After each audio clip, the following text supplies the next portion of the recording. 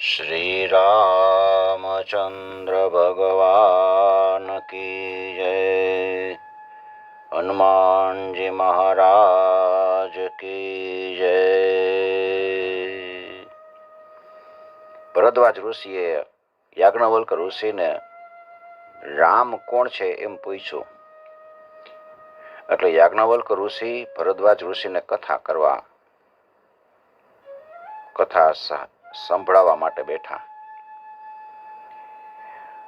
યાજ્ઞવલ્ક ઋષિએ રામકથાનું મહત્વ બતાવતા કીધું કે રામકથા છે ને એ ચંદ્રના કિરણો સમાન છે. સંતરૂપી ચકોર પક્ષીઓ છે ને એનું પાન કરે છે. આવો સંશય ભવાની પાર્વતીજીએ શિવજીને કર્યો હતો અને શિવજીએ જ્યારે વિસ્તારથી કથા કીધી એ કથા યાજ્ઞવલ્ક ઋષિ કહે છે કે હું તમને કહું એ સાંભળો. એક બાર ત્રેતા જુગ માહી શંભુ ગયે કુંભજ ઋષિ પાહી સંગ સતી જગ જનની ભવાની પૂજે ઋષિ અખિલેશ્વર જાની. ત્રેતાયુગમાં શિવજીને રામકથા સાંભળવાની ઈચ્છા થઈ એટલે અગત્ય ઋષિ પાસે જાય છે. સાથે સતી ભવાની ને લઈ જાય છે. કથા સાંભળવી હોય તો છેક કૈલાસથી અગત્ય ઋષિના આશ્રમમાં શિવજી ગયા. ઊંચાઈ છોડીને નીચે જવું પડે. કુંભજ ઋષિ અગત્ય મુનિ કુંભમાંથી પ્રગટેલા છે. અગત્ય ઋષિ આખા સમુદ્રને અંજલિમાં પી ગયા હતા. એટલે શિવજી વિચારે છે કે જે રામકથા રૂપી સમુદ્ર છે એ સમુદ્રને પચાવી ગયા હોય એની પાસે મારે કથા સાંભળવી છે. અગત્ય ઋષિ પાસે ગયા. સતીને ભેગા લઈ ગયા છે. અગત્ય ઋષિ તો જોવે છે કે સર્વેશ્વર પરમાત્મા શિવ મારી પાસે આવ્યા છે. શિવજીએ કીધું કે અમારે કથા સાંભળવી છે, અમને સંભળાવો. અગત્ય ઋષિ બહુ રાજી થયા. વિચારે છે કે કથાના રચયિતા શિવજી છે અને એને પોતાના મનમાં રામકથા રાખીશ. આ તો મારી વાણીને પવિત્ર કરવા માટે, પાવન કરવા માટે મને કથા પૂછીશ. મારી વાણી પવિત્ર થશે. અગત્ય ઋષિ ઊભા થઈને શિવજીને પગે લાગે છે, પૂજા કરે છે, સતીની પૂજા કરે છે. શિવજીએ રામકથા પૂછી. રામકથા મુનિ બરજ બખાની સુની મહેશ પરમ સુખ માની. અગત્ય ઋષિએ રામકથા આખી સુંદર રીતે વર્ણન કરીને કીધી. શિવજી ખૂબ રાજી થયા. અને પછી અગત્ય ઋષિને પૂછે છે કે મારે તમને કંઈક આપવું છે, માગો, તમારે શું જોઈશે? અગત્ય ઋષિ કહે છે કે અમારે તો કાંઈ સંતોને માગવાનું હોય જ નહીં. કોઈ દિવસ જિંદગીમાં કોઈની પાસે કંઈ માગવું નહીં. હું કેમ માગું? હું એક સાધુ, એક સંત. શિવજી ખૂબ રાજી થયા છે. મારે તમને કંઈક આપવું છે, માગો કે. ત્યારે ઋષિ ભક્તિ વિશે પૂછે છે. ऋषि पूछे हरि भगति सुहाई કહી શંભુ અધિકારી પાઈ. હરિભક્તિ શું છે એ મને કહો. શિવજી વિચારે છે કે અધિકારી છે અને ભક્તિ આપી છે. થોડા દિવસ ત્યાં શિવજી રોકાય છે. કહત સુનત રઘુપતિ ગુણ ગાથા, કछु કદી ન તહા રહે ગિરિનાથા. અને પછી મુનિની વિદાય માંગે છે. સતી સાથે શિવજી નીકળ્યા છે. મુનિશન બીદા માગી ત્રિપુરારી, ચલે ભવન સંગદ છ કુમારી. રામના ગુણગાન વિચાર કરતા કરતા જાય છે. બરાબર તે જ સમયે પૃથ્વીનો ભાર ઉતારવા માટે શ્રી હરિએ રઘુવંશમાં અવતાર લીધો હતો. અવિનાશી ભગવાન શ્રી રામ પિતાના વચન ને ખાતર રાજ છોડી તપસ્વી વેશે દંડક વનમાં વિચરણ કરતા હતા. તે અવસર ભંજન મહી ભારા, હરિ રઘુવંશ લીનય અવતારા. પિતા બચન તજી રાજયુદાસી, દંડક બન વિચરત અવિનાશી. શિવજીને વિચાર આવે છે કે પ્રભુએ અવતાર લીધો છે રઘુવંશની અંદર, મને ભગવાનના દર્શન કેવી રીતે થશે? પ્રભુ તો ગુપ્ત રૂપે અવતાર ધારણ કર્યો છે. હું અહીંયા જાઉં તો સર્વ રીતે બધા વાત જાણી જાય. શંકર આવી રીતે વિચારે છે. અતિ ક્ષોભ થાય છે. મનમાં વિચારે છે, મને પ્રભુના દર્શન કેમ થાય? કથા સાંભળીને જતા હોય ને ત્યારે પ્રભુના દર્શન થાય ને એવું વિચાર કરવો.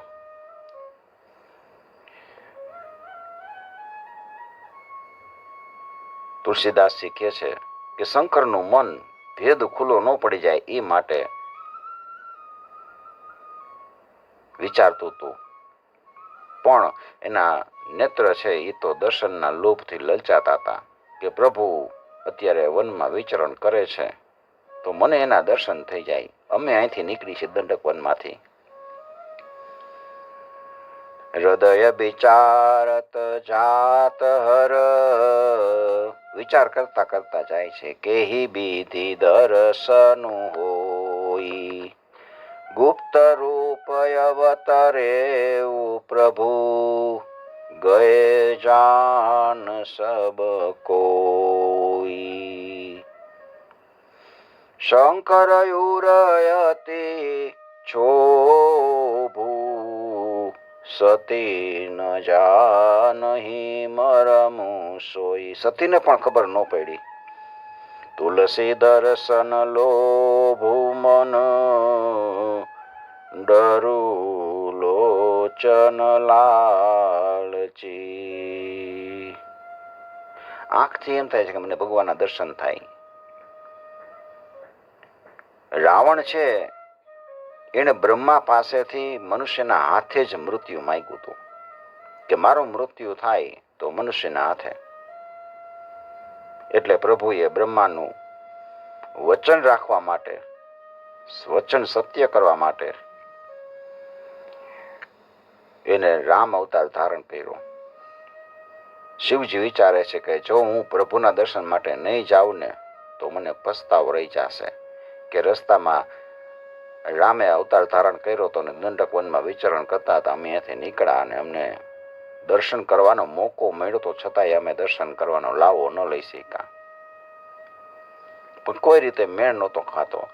રાવણ મરણ મનુજ કર જાચા, પ્રભુ બીધિ બચનો કિન્હ ચહ સાચા.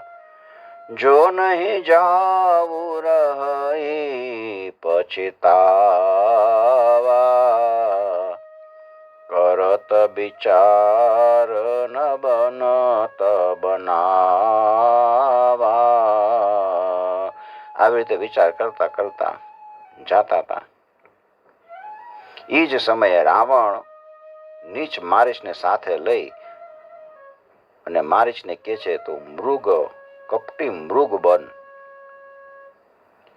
અને સીતાનું હરણ કર.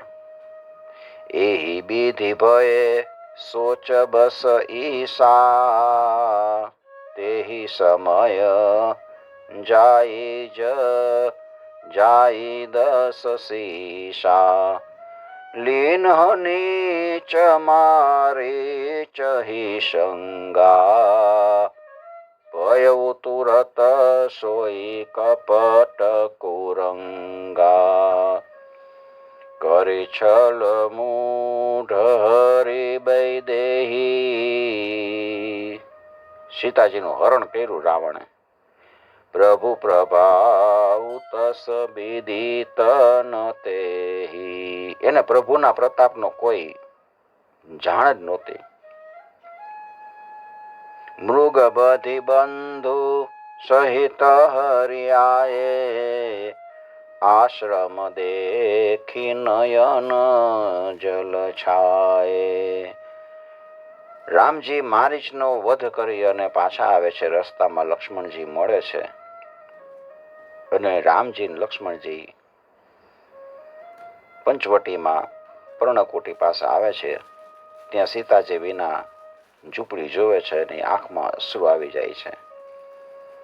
મૃગ બધી બંધુ સહિત હરિયાએ, આશ્રમ દેખી નયન જલ છાયે. અને પછી સામાન્ય માણસની જેમ રામજી સીતાના વૈરહથી વ્યાકુળ થયા અને બે ભાઈ રામ ને લક્ષ્મણ વનમાં સીતાજીને શોધતા શોધતા ફરે છે. અરે જેને કદી સંયોગ કે વિયોગ કાંઈ છે જ નહીં, એણે વિરહનું પ્રત્યક્ષ દુઃખ દેખ્યું. આ તો રામજી લીલા કરે છે. બિરહ બિકલન ઈવર ઘુરાઈ, ખોજત બિપિન ફિરત દો ભાઈ. કબહુ જોગ વિયોગ ન જાકે, દેખા પ્રકટ બિરહ દુઃખ તાકે. ખરેખર રામજીનું ચરિત્ર છે ને ઘણું વિચિત્ર છે. રામજીને શું વિરહ અને શું સંયોગ, છતાં એને સામાન્ય મનુષ્યની જેમ લીલા કરી. અતિ વિચિત્ર રઘુપતિ ચરિત, જાનહી પરમ સુજાન. જે મતિ મંદ વિમોહ બસ, હૃદય ધરહી કછુઆન. પરમ જ્ઞાનીઓ જ જાણી શકે રામજીનું ચરિત્ર. જેવો મંદ બુદ્ધિવાળા અને વિશેષ મોહવશ હોય છે ને, એ તો હૃદયમાં કંઈક જુદું જ ધારે છે. આવી રીતે શિવજી અને સતી જતા હતા અને એમને રામના દર્શન થયા. શંભુ સમય તેહી રામ હિ દેખા. રામને જોયા અને તરત જ હૃદયમાં એકદમ આનંદ આવી ગયો, હર્ષ ઉપજી ગયો. ઉપજાહિય અતિ હરસુ વિશેષા. પોતાના નેત્રથી રામજીને ભરીને, નેત્ર ભરી ભરીને એને દર્શન કરે છે. ભરી લોચન છબી સિંધુ નિહારી, કુસમય જાનીન કિન્હ ચિન્હારી. પણ અવસર ઠીક નો લાગ્યો એટલે એને જાણી જોઈને પરિચય ન કર્યો. આંખથી જોવે છે ખાલી. પણ હૃદયથી રહી ન શક્યા અને બોલી ગયા, જય સચ્ચિદાનંદ, જય જગ પાવન, અસ કહી ચલે મનોજન સાવન. હે સચ્ચિદાનંદ, જય પામો. હે જગતને પવિત્ર કરનારા, તમારો જય થાવ. આમ કહીને કામદેવના શત્રુ શંકર ભગવાન પ્રભુને પ્રણામ કરે છે. વારંવાર રોમાંચિત થતા થતા પ્રણામ કરે છે. સતીની સાથે જતા હતા.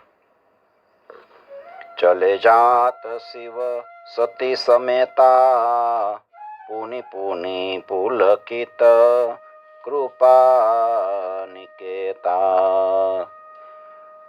આવી રીતે પ્રણામ કર્યા અને સતીને એમ થયું કે આને શું થઈ ગયું. એને મનમાં મોટો સંદેહ થયો. સતી સો દશા શંભુ કે દેખી, ઉરયુપજા સંદેહુ વિશેષી.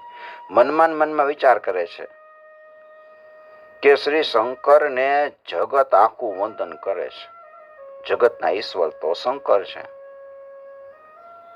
સર્વ દેવો, મનુષ્ય, મુનિઓ એને મસ્તક નમાવે છે. શંકર જગત બંધ્ય જગદીશા, સુર નર મુનિ સબ નાવત શીશા. બધા આને પ્રણામ કરે છે ને આ વળી આને પ્રણામ કરે છે.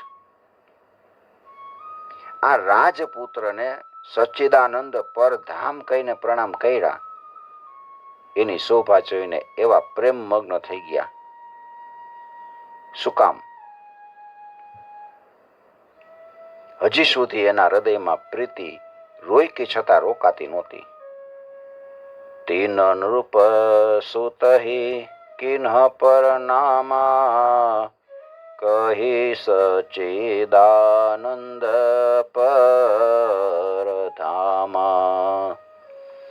ભય મગન છબે તાસુ બિલોકી, અજહુ પ્રીતિ ઉર રહતે નરોકી. આટલા બધા આનંદમાં આવી ગયા. આમ કેમ? જો બ્રહ્મ વ્યાપક છે, સર્વ જગ્યાએ છે, માયા રહિત છે, અજન્મા છે, અગોચર છે, ઈચ્છા રહિત છે, ભેદ રહિત છે, જેને વેદ પણ જાણતા નથી, તો એ મનુષ્ય રૂપવાળા કેવી રીતે હોઈ શકે? બ્રહ્મ જો વ્યાપક બિરજ અજ, અકલ અનીહ અભેદ, શોકી દેહ ધરી હોય નર, જાહી ન જાનત વેદ. જેને વેદ પણ જાણતા ન હોય એ દેહધારી મનુષ્ય કેવી રીતે હોઈ શકે? સતીના મનમાં આવો સંદેહ થયો. દેવોના હિત માટે મનુષ્ય શરીર ધારણ કરનારા જે વિષ્ણુ ભગવાન છે, એ પણ શિવજીની સમાન સર્વજ્ઞ છે. વિષ્ણુ જો સુર હિત નરતનુ ધારી, સૌ સર્વજ્ઞ જથા ત્રિપુરારી. અને જો બ્રહ્મ હોય તો એ આવી રીતે સામાન્ય માણસની જેમ પોતાની પત્નીને શોધવા માટે વનમાં થોડા ભટકે. જ્ઞાનના ભંડાર લક્ષ્મીના પતિ વિષ્ણુ એને જો મનુષ્ય સ્વરૂપ ધારણ કર્યું હોય, અને એ તો અસુરોના શત્રુ છે, એ શું કામ અજ્ઞાનની પેઠે સ્ત્રીને શોધે? એને ખબર ન હોય કે મારી સ્ત્રીને કોણ લઈ ગયું છે? ખોજઈ શોકે અજ્ઞ એવ નારી, જ્ઞાન ધામ શ્રીપતિ અસુરારી. પણ આ શિવજીની વાણી કોઈ દિવસ મિથ્યા ન હોય. સતી મનમાં વિચાર કરે છે, બધાય જાણે છે કે શિવ સર્વજ્ઞ છે. આવા અપાર સંશયો પાર્વતીજીના સતીના મનમાં થવા લાગ્યા છે, પણ હૃદયમાં એને જ્ઞાન ન થયું.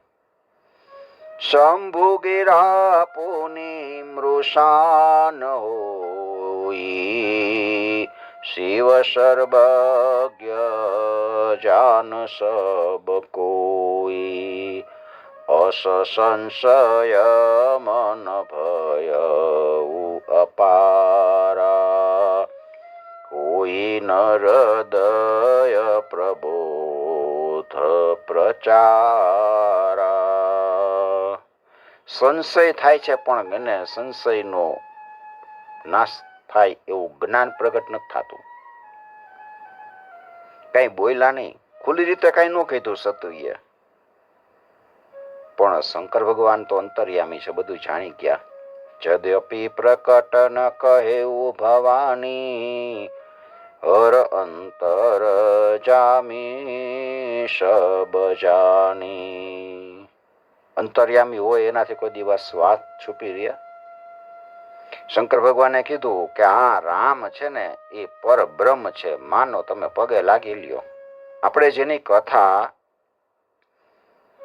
અગસ્ત્ય મુનિ પાસે, કુંભજ ઋષિ પાસે સાંભળીને આવ્યા અને કુંભજ ઋષિને ભક્તિ મેં આપી, એ આ મારા ઈષ્ટદેવ શ્રી રઘુવીર છે, જેને ધીર મુનિઓ સદાય સેવે છે, ઘણું સમજાવે છે. કહે છે કે સતી તમારો નારીનો સ્વભાવ છે. શું નહીં સતી તવ નારી સ્વભાવ, સંશય અશન ધરી ઉરકાવ. નારીનો સ્વભાવ હોય છે સંશય કરે, આમ કેમ? ખુદ શંકર ભગવાન પોતાની પત્નીને સમજાવે છે પણ સતી માનતા નથી. વધારામાં કહે છે, જાસુ કથા કુંભજ ઋષિ ગાઈ, ભગતિ જાસુ મેં મુનિ સુનાઈ. સોઈ મમ ઈષ્ટ દેવ રઘુબીરા, સેવત જાહિ સદા મુનિ ધીરા. ધીર મુનિઓ, યોગીઓ, સિદ્ધો નિરંતર જેનું ધ્યાન કરે છે ને, વેદ પુરાણ શાસ્ત્રો એને નેતિ નેતિ કહે છે અને એની કીર્તિ ગાય છે. મુનિ ધીર જોગી શીત સંતત બિમલ મન જેહી દ્યાવહી, કહીને તિનિ ગમ પુરાણ આગમ જાસુ કીર્તિ ગાવહી. જેની કીર્તિનું ગાન થાય છે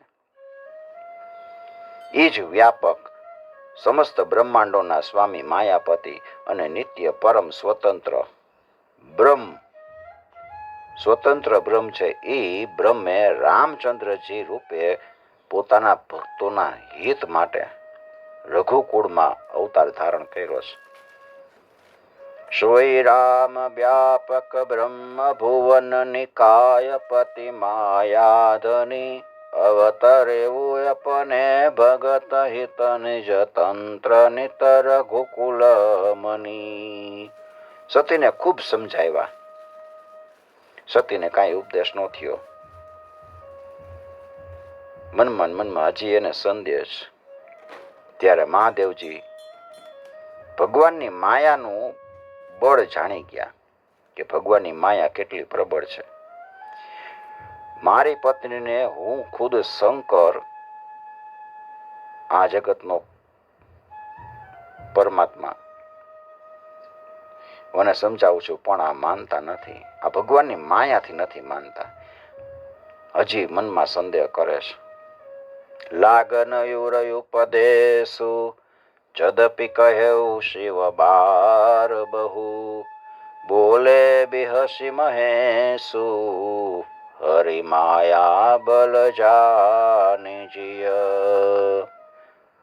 શિવજી કહે છે કે જો તમારા મનમાં સંદેહ હોય ને તો તમે પરીક્ષા કરી આવો. જો તુમ્હારે મન અતિ સંદેહુ તો કિન જાય પરીક્ષા લેવું. પરીક્ષા લેવાનું કીધું અને સતીને એમ થયું કે આ વાત તો સાચી. જો બ્રહ્મ આવી રીતે વનમાં તપસ્વીનો વેશ ધારણ કરીને પત્ની માટે ભટકતા હોય, રડતા હોય, એ કેવી રીતે શક્ય બને? પરીક્ષા લઈ આવો, શિવજીએ કીધું અને સતી પરીક્ષા લેવાની તૈયારી કરે છે. શિવજીએ કીધું કે હું અહીંયા વટવૃક્ષ નીચે બેઠો છું, તમે આવો ત્યાં સુધી હું અહીં બેસીશ. તબ લગી બેઠ અહુ બટ છાહી જબ લગી તુમ અહુ મોહી પાહી. તમે પાછા આવો ત્યાં સુધી અહીં બેઠો છું. પણ સતી તમે વિવેકથી વિચારીને કાળજીથી પરીક્ષા કરજો, જેનાથી તમારો સંદેહ મટે, મોહરૂપી ભ્રમ છે ને એ દૂર થાય. જૈસે જાય મોહ ભ્રમ ભારી કરહુ સો જતન વિવેક વિચારી. વિવેકથી વિચારીને પરીક્ષા કરજો. શિવજીની આજ્ઞા મેળવી ચલી સતી શિવ આયસુ પાઈ કરહી વિચાર કરો કા ભાઈ.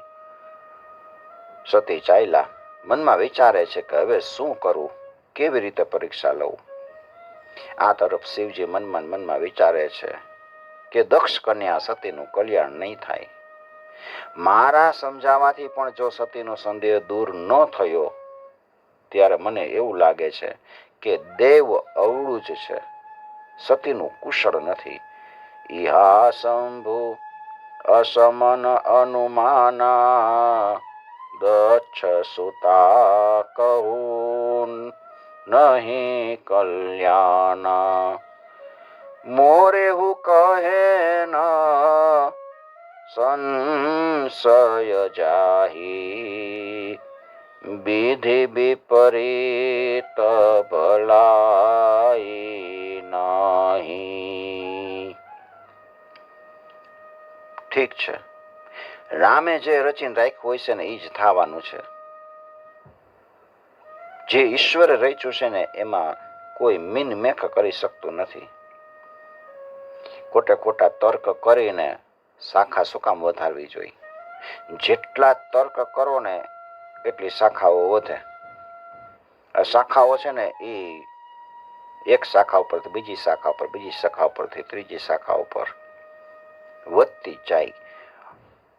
હોય સોય જો રામ રચી રાખા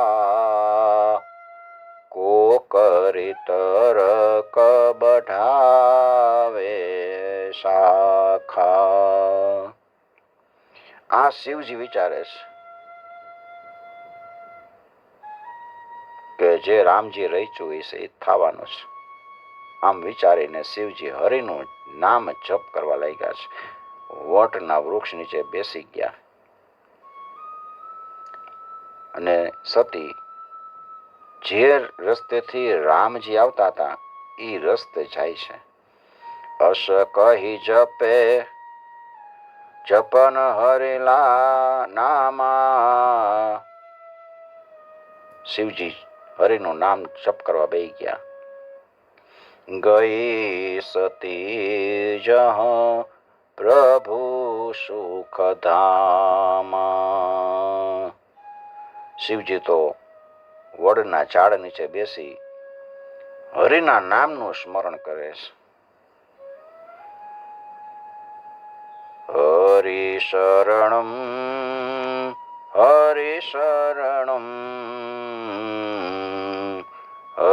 शरणं श्री हरि शरणं